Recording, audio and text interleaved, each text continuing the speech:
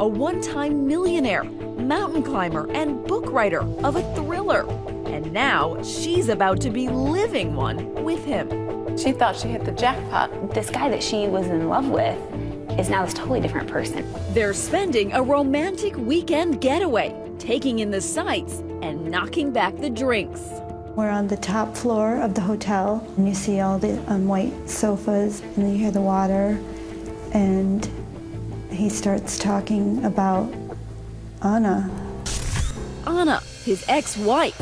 It's a conversation his new girlfriend will never forget. Just walk over there, open the door, and just blast her. So chilling. She secretly takes out her cell phone, taps the red button, and starts recording every single word. It'll be hard not putting 6 bullets in there and spitting out her dead body. How quickly did you think he's not just blowing off steam here, he's serious? This is really serious. He talked about, buying a gun and hiding it and where he was going to do it and how her body was going to fall. Is she going to slump down and die right there? That'd be ideal, but maybe she'll ride around and start making noise. Tonight, all 23 minutes of menace laid out with surgical precision. Collar point, bounce around your brain. I don't know how you can listen to that recording and not realize this guy intended to kill her. This case has a little bit of everything. There's an audio tape of what sounds like a plot. There's love, there's deception, there's guns and hidden bullets. There's also this, a house call with the doctor, who's talking only to us. Not from the operating room, but from prison. How would you describe yourself when you drink? Well, I don't talk about murder every time. But the biggest shock of all, the tape didn't put him there. So what did? It seems this is a guy who got away with a lot. Maybe he thought he could get away with it again.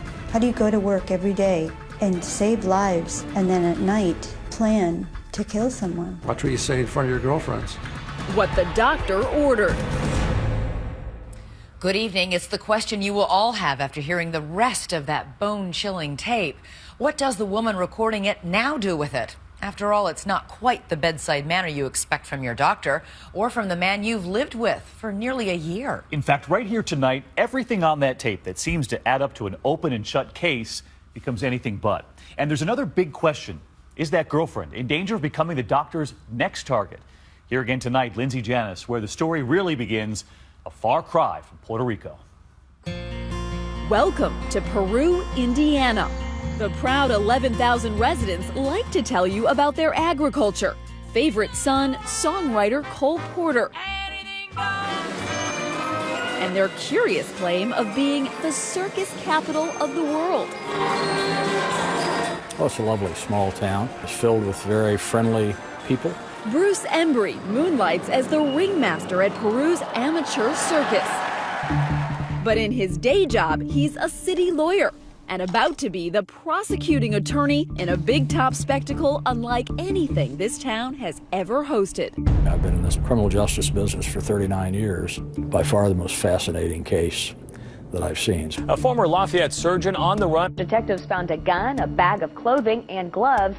I thought I was reading a novel. I felt like this was a murder mystery. Stranger than fiction is good business for this local reporter from Indianapolis Monthly. At what point did you say, oh my gosh, this reads like a Hollywood script? The most interesting part is if he was going to murder his ex-wife, how he would do it in a strategic way, down to the detail. He is Dr. Gregory Conrath, a prominent orthopedic surgeon earning as much as $1.7 million a year, specializing in sports medicine, broken bones, and severe trauma. And he doesn't just treat the rich. These are images of Dr. Conrath donating his time and talent to the relief efforts in Haiti. He was at the top of his game, owning as many as 5 homes. But he's gone through a messy divorce with the mother of his 3 children. And as Dr. Conrath approaches the big 5-0, he turns to the website OurTime.com for some age-appropriate romance. He was looking for the same things, looking for a serious relationship. Joanna is a nurse, mother, and divorcee too. She was impressed with her knight in shining armor from the start. He's charming, very bold, large personality. A big spender. A big spender, absolutely. And a big drinker. Stephen Foch owns Peru's local watering hole, Boondocks, where the doctor's orders usually called for a whole lot of vodka. He walked into our bar one night and he ordered maybe 40 shots. This went on maybe 5 or 6 times. They weren't consuming all 40 shots. They were sharing it around the bar. It was everybody. I believe he had probably spent about $3,000 in our restaurant bar that night. He has expensive hobbies, too. An avid mountain climber, Greg Conrath is one of less than 300 people to have climbed the highest point on all 7 continents. When you climb a mountain, you're going to get views you would never get anywhere else. You can't drive to these kind of views. He even published a novel, The Children Are Finally Safe, an international spy thriller. This all has Joanna thinking she's hit the jackpot. And then Christmas, he said, I think it'd be fun living with you.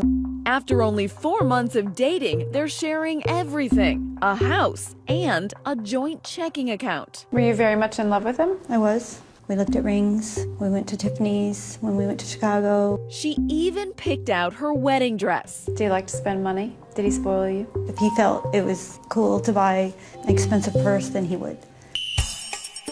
So a pricey trip to Puerto Rico planned by the high-flying physician 11 months into the relationship is just par for the course. It is so beautiful. The water is beautiful. The town is beautiful. Everything is just so beautiful. A romantic getaway in paradise. But Dr. Conrath is about to shatter the relaxing tropical ambiance with talk about a very twisted way he plans to sever ties with his ex-wife. This is the most beautiful place in the whole world to hear the most terrifying thing you've ever learned. He'd had a few drinks, and we're on the top floor of the hotel, and he starts talking about Anna. Joanna knew his ex-wife Anna and always thought they had an amicable relationship. But on this day, he's talking about killing her. I've done a lot of research on that. That's why I switched my phone, by the way, because that's the only, I used it to research it, and then, nothing is traceable. Nothing.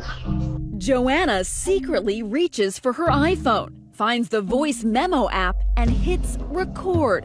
An unmarked gun that has no prints. Okay. With bullets already planted in her house, which they are. How quickly did you think he's not just blowing off steam here? He's serious. Wow, yeah, this is real. This is not the Greg I know.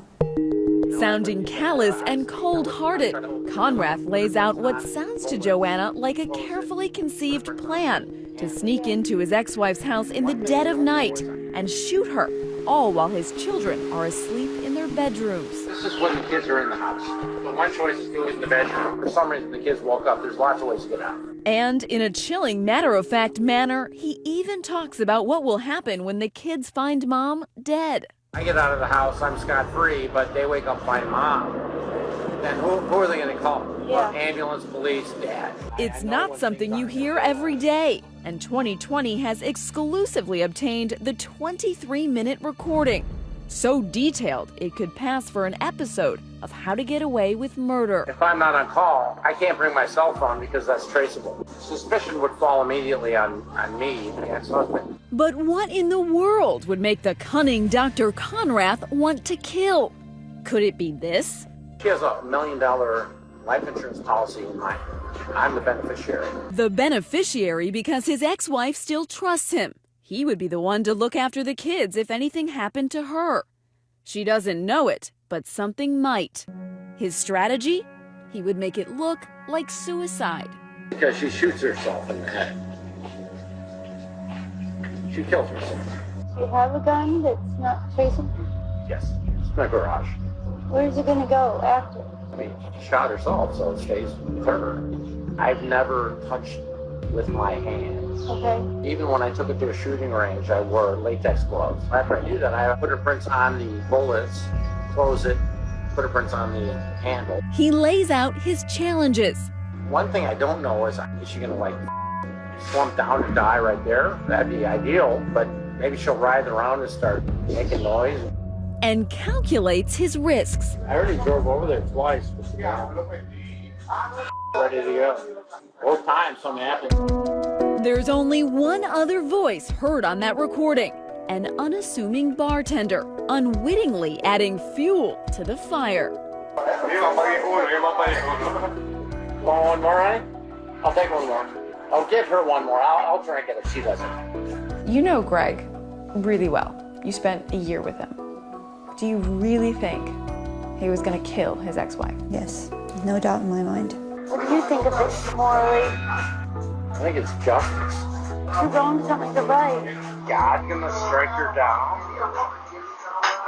Give her disease and kill her. Perhaps God is listening. At the end of the recording, church bells from a nearby Catholic church. The irony is not lost on Joanna. What is with that bell? It's time for church. Time for church. Saved by the bell, literally. But what's Joanna's next move? Turn the doctor's violent rant into the police? Not so fast. I'm just saying, you're gonna have to help set everybody up, okay? Will she go along with the plan or blow the whistle? While you're recording him, you're not trying to talk him out of it. Stay with us.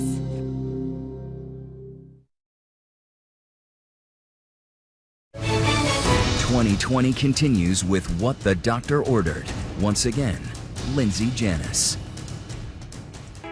11 months into a whirlwind romance, Joanna and her boyfriend, Dr. Greg Conrath, are on vacation in sunny Puerto Rico. But the trauma surgeon reveals he could be planning a traumatic event of his own. Hollow points, bounce around your brain. What? It's got to penetrate your skull, but not go through the other side and mess up in there. He's talking about killing his ex-wife.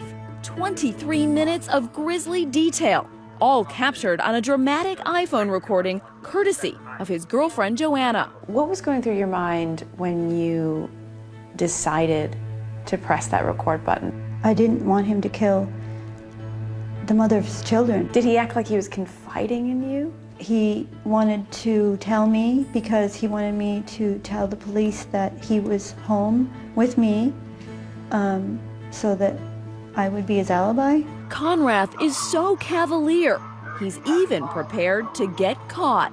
If I get caught, I can do the time. I've lived a full life.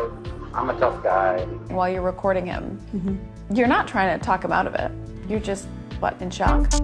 But when she finally snaps out of her shock, Joanna doesn't sound so concerned for the mother of those kids. She sounds more concerned for herself. You're gonna have to start leaving money.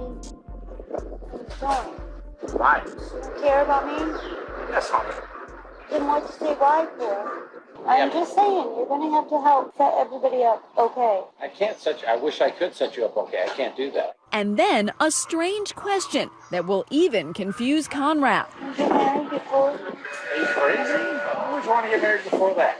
And that's all thinking of you. That whole comment is thinking of you. All right, not me. It'll give you something to hang on to. When you said to him, should we get married? What did you mean by that? I started asking questions because I needed to know whether it was real or not. You sounded very upset that he hadn't thought about you and how he was going to look after you financially. Well, of course, because I thought we were in a relationship, and then I come to find out that he's made a whole plan of his life somewhere else. Somewhere else with someone else. Turns out Conrath is married. Meet Cynthia Salazar, who lives outside Cabo San Lucas, Mexico. She's the doctor's current wife. When did you find out about the wife in Mexico? On the trip in Puerto Rico. They had been texting almost daily. Dr. Conrath is apparently full of surprises on this vacation, and Joanna suspects after he's done the deed, he's moving on to the missus in Mexico. So all this time you were dating him, almost a year, he had a wife. I figured that's where he would go after he killed Anna, because he'd been sending money to Cynthia. Talk about leading a double, make that triple life. Still, Joanna just wants to know where all this leaves her. So do you have a plan for me and Cynthia? Cynthia's fine. Okay, and? I'm talking to you. Nobody else knows this. Nobody. I said, do you have a plan for me and Cynthia as well? And you said Cynthia is fine, so that means you must have a plan for me too. You kidding me? Like that? Cynthia's fine. She doesn't need anyone to take care of her. She's got $140,000 of my money. A full life and family and stuff like that. I can't do that for you right now. You want me to wait? I don't want you to do anything. I don't need your help. I planned this out as something I would do by myself. Joanna's vacation is over. She tells Conrath she's getting another room in the hotel, but she's secretly plotting her return to Indiana. How long did it take you to get out of there? A day, and then I stayed at the airport until that flight. But she does one more thing before she leaves. She waits for Conrath's paycheck to clear and empties their joint checking account. You took some money out of the account. A joint account. Why did you do that? It was our money together. I had to survive. A day later, Joanna's back in Indiana, and she's not taking Conrath's calls. So he calls law enforcement to check on her, telling them he fears she may be suicidal. So what did you think when that officer came to your door and said, Greg wants us to check on you, he says you're suicidal? I just figured it was part of the plot. When she hears suicidal, Joanna wonders if she's Conrath's new target. So she tells the officer what's really going on. Did you then share the recording with her? I did. And then her partner came in, and then they listened to it. Detective Sergeant Mike Rogers can't believe his ears. Couldn't this just been a guy blowing off steam, talking about his ex-wife like a lot of guys do? That's always a possibility, but I thought we needed to go a little further with the investigation. And you told me that that recording was Greg Conrath's voice, is that correct? Yes. Whether out of conscience, revenge, or fear, Conrath's confidant is now ready to spill the beans. When we return, the trauma surgeon is back from the beach and about to go into the box with Detective Rogers. What's the red light for? It's recording. Oh, right. And has even more bombs to drop. I used a knife. I tried to stab myself and hit my heart. And later, Dr. Conrath on tape again. This time, hours. When 2020 continues. Comfortable? Yeah.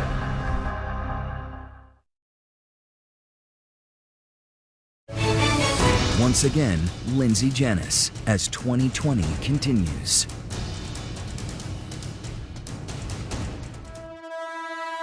Joanna's just turned in her boyfriend, 49-year-old Greg Conrath, doctor and divorcee, with that incriminating recording about how he would kill his ex-wife. Police are concerned for Joanna's safety. Part of the information that he will have access to involves information that he's going to know came from you through just common sense and inference. So they arrange for her to live in a safe house. And meanwhile, Dr. Conrath's come back to an empty house. Detective Mike Rogers calls him in for questioning. I want to cut to the chase and find out why I asked you to come here. And gets right to the point. I've uncovered some concerning conversation between you and Joanna about you wanting to kill Anna. Okay? I'm here to get your side of the story. And Conrath is happy to spin his own yarn. There's a difference between, like, ranting about my ex-wife, or, I'm sure she does the same thing about me. Sure, we're friends. But if they're actually saying, yeah, I'm seriously, thinking about somehow killing her, then yeah, that's obviously a different issue. Those are the things that I want to get into. I mean, I think we can talk until we get to a point. If you want to keep talking and then we need to get an attorney, then yeah, we have to wait and get an attorney. And I can't afford one. I have $60 to my name right now because Joanna took all my money. And that's the first hint this successful Indiana surgeon who was once raking in $1.7 million a year has hit the skids, personally and financially. I had some issues with my ex-wife, so she's going to move the kids to Chicago, and they're very unhappy about that. And I am too, put myself in a bad position financially. Tell me the sources of your income if you don't mind. Basically, I make $575 a year. Half of it goes to Anna, half of it goes to me. Conrath tells Rogers his ex-wife Anna cleaned him out in their divorce. Their 5 homes, retirement funds, stocks and bonds, she got them all. My attorneys were terrible, her attorneys were really good, and basically lost everything to her. Couple that with a gambling problem. Conrath makes a startling admission. He once tried to do himself in. Any suicidal tendencies in your background? Oh yeah, I tried to kill myself once when I was in Mexico. Mexico, where he says he moved after that bitter breakup and where he met wife number 2, Cynthia Salazar. But a new romance wasn't enough to cure what ails this dispirited doctor. I used a knife. I tried to stab myself and hit my heart, and then I tried to slit my throat and missed my carotid, which I was trying to hit. I mean, pretty bad for a surgeon. Were you becoming more convinced that this was a man planning to commit murder? More convinced you wouldn't talk about the gun at all. Do you own any firearms? Does that have to do with this death threat thing? Just a simple question, do you own any firearms? Yeah, I want an attorney for that one. Finally, the ever-talkative Dr. Conrath realizes it's time to clam up. And as hours pass, the cops may have a motive, but still don't have a crime. Well, at this point, you're free to go. Detective Rogers will search this humble rental home Conrath and Joanna were sharing. And in the garage, they hit pay dirt. This is a photograph of the garage. The gun was actually located in this bag. And we found everything he said he had laid out in that house. Prosecutor Bruce Embry says the physical evidence is a turning point in the investigation. There's a set of scrubs and a set of sweats in the area, which is what he said he was going to wear. It all added up. And what was in his ex-wife Anna's house? She found the bullets that he said he had planted in the house. How did Anna react? When she listened to the recording, read the transcript, and then discovered the bullets in her house, she was frightened. So in your opinion, he was absolutely planning to commit murder? I was convinced at that point, and I still am, that he intended to kill his ex-wife. So we charged him with attempted murder. Conrath gets a lawyer, defense attorney Eric Honeyegger. The actual tape was his own words, and I thought there was a fairly good likelihood that the jury would convict him based on that. And to the prosecution, the case looks open and shut. A motive, a weapon, and the doctor's bone-chilling prognosis on that recording. Is she gonna like slump down and die right there? That'd be ideal. But in keeping with the spirit of this strange saga, Conrath won't stand trial because he never actually acted on his words. You decided to drop those charges? Ultimately, we had to. You had to be in the vicinity with the means to commit the murder. We couldn't get the case past the judge. There's no question that in certain other states, he could have and would have been charged with attempted murder and very likely convicted. Turns out the law in Indiana states planning is not doing. Under Indiana law, it seems that's still not enough because they didn't stop him at that point where he physically could have committed the crime. So it looks as if the would-be killer Dr. Conrath is going to get off scot-free. So why is he in jail? It seems this is a guy who got away with a lot. Maybe he thought he could get away with it again. You won't believe what the self-destructive doctor does next that lands him behind bars. He may have been a brilliant surgeon, but he's not a good criminal. And what is he ready to tell us? It seemed like it was a worthwhile try at the time. I find it so hard to believe that you actually thought that. Stay with us.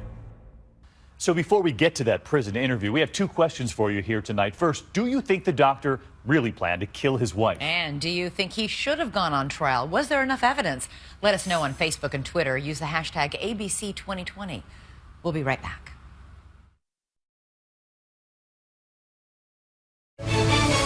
What the Doctor Ordered continues on 2020. Here again, Lindsay Janis. Miami County Jail in Peru, Indiana. The doctor's new digs. This is him right when you arrested him the first time. Yes. 11 months later. Yes.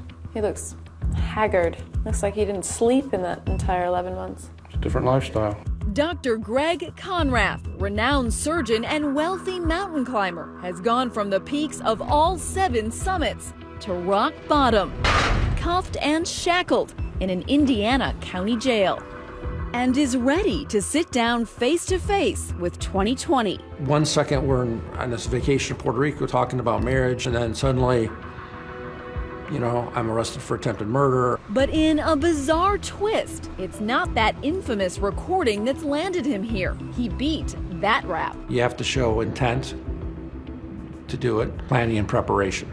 That's the definition in Indiana, at least. Case law in this state looks like your best friend. Yeah.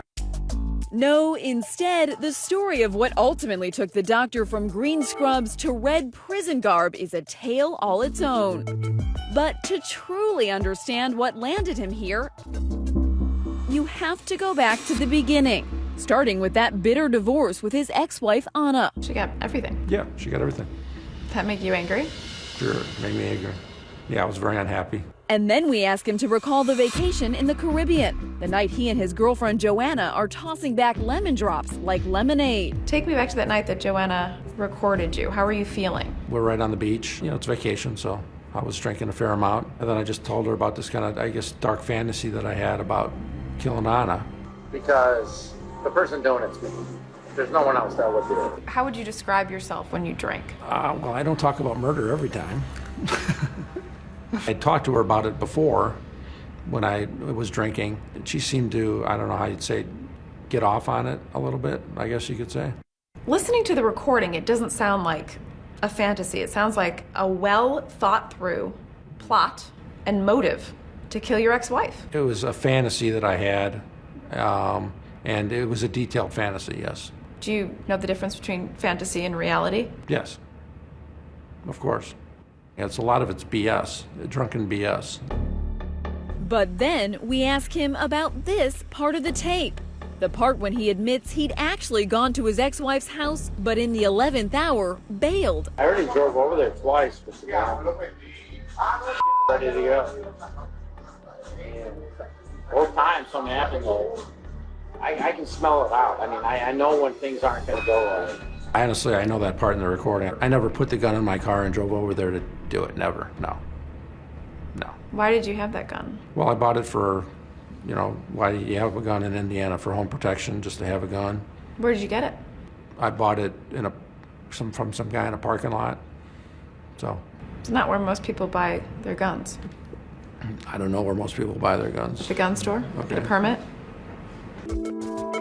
And what about those bullets? On the recording, he'd said he'd planted them in Anna's house. Did you plant bullets, hollow point bullets, in that house? No, I've had bullets from when I bought the gun in the house, and I didn't take them with me when I left the house years ago. And he says with Anna having plans to move out of that house and take the kids to Chicago, he insists his plan never even had a chance. They were no longer living in that house, so, and I couldn't get in the house to do it even if I wanted to, so. But just because it wouldn't have worked doesn't mean you weren't planning on doing it. Well, like I said, it's a dark fantasy to talk about. I don't know how else to say it other than that. Isn't it a terrible coincidence for you that parts of this fantasy were actually true?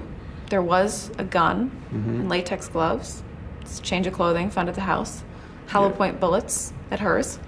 Mm-hmm. Yeah, I agree. But, I mean, also I'd like to say that all that stuff is not against the law. But Dr. Conrath made no bones about the venom he felt towards Anna. In this recording, you say that killing your ex-wife would be justice. Mm-hmm. You know, when I think about the divorce, I was really on my last legs. She really stuck it to me. She didn't have to take every single thing. You hated her so much, you had a plan to kill her. And the plan, just to paraphrase, is basically for me to sneak in the house with my kids there asleep and shoot her in the head and make it look like a suicide. This is when the kids are in the house. One loud thing, They might wake them up, and they don't know why they woke up or what's going on or anything. They go back to sleep. Why, while your kids were asleep in the house? Well, the thought would be that if I could get in and out, that would be pretty solid proving that I wasn't there. It's an ugly recording. I'm embarrassed that I did it. I said those things. It's terrible. Terrible. You regret it? Well, yeah, of course I regret it. That's why I'm here. Well, that's not really why he's here. When the attempted murder charge was dropped, Conrath was released from county jail as part of a plea deal. I thought it was reasonable at that point. I thought it was a reasonable offer. But the offer came with one very clear condition: absolutely no contact with his ex-wife Anna or his former girlfriend Joanna, a rule Conrath would violate even before his release. He did it from jail, and he used his children to text and try to contact me. You thought that the man that you were madly in love with and had just gone on vacation with might want to kill you as well. If he would want to do that to someone that he was married to, had children with, what do you think he wants to do with me? Once out of jail, Conrath didn't stop. Conrath tried to contact his ex-girlfriend 3 times after he bonded out of jail. We hired a private investigator to look for Joanna. He tried to. I received a phone call on a Saturday morning, August of last year, from a gentleman wanting to use my services to locate a former girlfriend. Dale Seward is the private investigator Conrath hired. He's got a piece of paper in there with her information, and I'm thinking, if you've got the contact phone number for this lady, why aren't you calling her? But it was yet another piece of paper, Seward says, that really raised flags. He'd written me a $150 check and put it in the envelope. He's got on there Conrath, and it's a $150 check, and he's got a Post-it note on it that says, please don't cash till Friday. You thought, how come a doctor can't write a check for $150 bucks? Yeah. The private eye quickly figured out who Conrath was and alerted the cops. I missed her. You know, I missed the relationship. I wanted to know what happened. I wanted to get some closure. But Conrath wasn't done breaking the rules. With his passport confiscated, he heads over to this local Walgreens. Then we had a call from a woman telling us that he had been in getting passport pictures shot.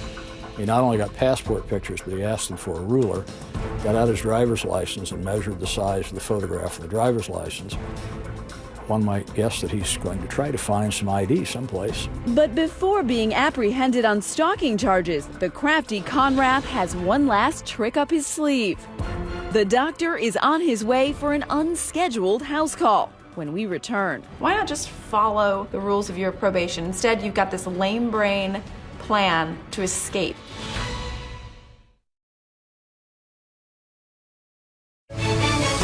Once again on 2020, Lindsay Janis and What the Doctor Ordered. Dr. Greg Conrath is a man on the run. After violating no contact orders and purchasing photos for a passport he's not allowed to have, he's gone missing. My prediction was he would be in Mexico within 30 days of being released. He surprised me. He tried it in 14 days. He had a wife in Mexico, and a substantial amount of money had been forwarded to her prior to his arrest. Cynthia's fine. She doesn't need anyone to take care of her. She's got $140,000 of my money. The disgraced surgeon was supposed to be on home detention when he recklessly cuts off his ankle monitor and leaves it on the side of the road. A former Lafayette surgeon on the run. Conrath is traveling alone, and for a man who says he likes to fantasize, he didn't conjure up a very good escape plan. So he cuts his bracelet off there, and when's the next point that you pick him up? I started getting information that he's over around western Illinois, Missouri area. There's a Wendy's. Conrath's debit card pings at the fast food joint. Surely you should have known that you could track him. Yeah, you would think so. And he uses his cell phone, which leaves a digital footprint. We tracked him through Kansas City area, then continuing south and west along I-40 through the New Mexico-Arizona border. He was then arrested tonight, just a mile outside of Flagstaff. Another, half a day, and he would have been in Mexico? Probably. In his car, 40 pairs of shoes and just about everything he owns. Kitchen utensils, pots, pans. The jig is up. Conrath pleaded guilty to stalking charges and fleeing. And despite beating that attempted murder rap, just weeks ago, he was sentenced to 10 years in state prison. He could be out in 6. Getting a 10-year sentence for stalking, especially doing what I did, which was very benign, is pretty extreme. That's extreme. Sounds like you're feeling sorry for yourself. I think I was treated unfairly, yes. I think the judge and a lot of people did not forget about the attempted murder charge like you should, because it's dropped. I think that's colored the judge's determination of how much time I should have, as well as the prosecutor. If it was just a stalking charge, doing what I did, I mean, you know, most people would go on probation for a year. You might say he got off easy. Remember his boasting on that recording? Honestly, I could suck up 30 years of jail time in Indiana. I can do the time. Still think you can do hard time? I'm actually looking forward to going to prison. It's a lot easier to do your time in prison than in a county jail. There's a lot more to do. You gonna write another novel? I've thought about writing a sequel to the one I wrote already, or maybe something about my life, I don't know. A New York Times bestseller? More like a sad commentary. You know, my career as an orthopedic surgeon is ruined.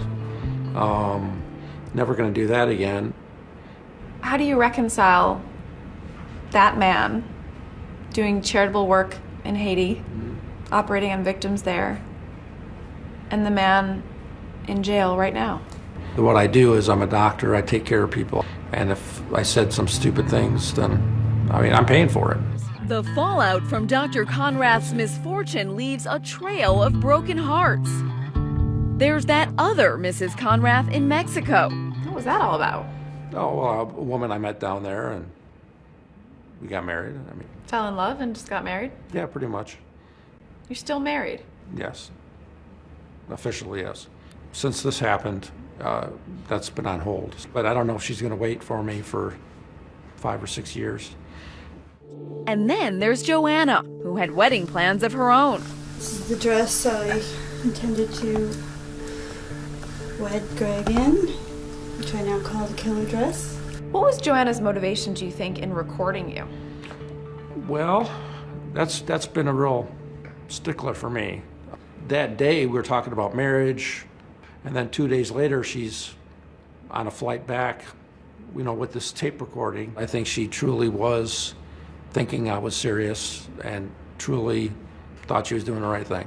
How do you go to work every day and save lives and work on patients, and then at night plan to kill someone? How do you do that? And that brings us to Anna, the ex-wife and one-time target of his so-called fantasy murder plot. She declined to talk to 2020, but in perhaps the most unbelievable twist of all, Dr. Conrath confessed this. Do you still have feelings for Anna? Yeah, I think I still love her. Would you ever want to get back together with her? I think it'd be good for the kids, but that's never going to happen. She's let me talk to him, which is great. Definitely keeps me going. Sounds as if the women caught in Conrath's tangled web will be entangled forever. Do you have any message to send to anybody? Just, you know, watch what you say in front of your girlfriends. I don't really have a message. It's just kind of tragic. And that is 2020 for tonight. Thanks so much for watching. I'm David Muir. And I'm Elizabeth Vargas. For all of us here at ABC News and 2020, good night and have a great weekend.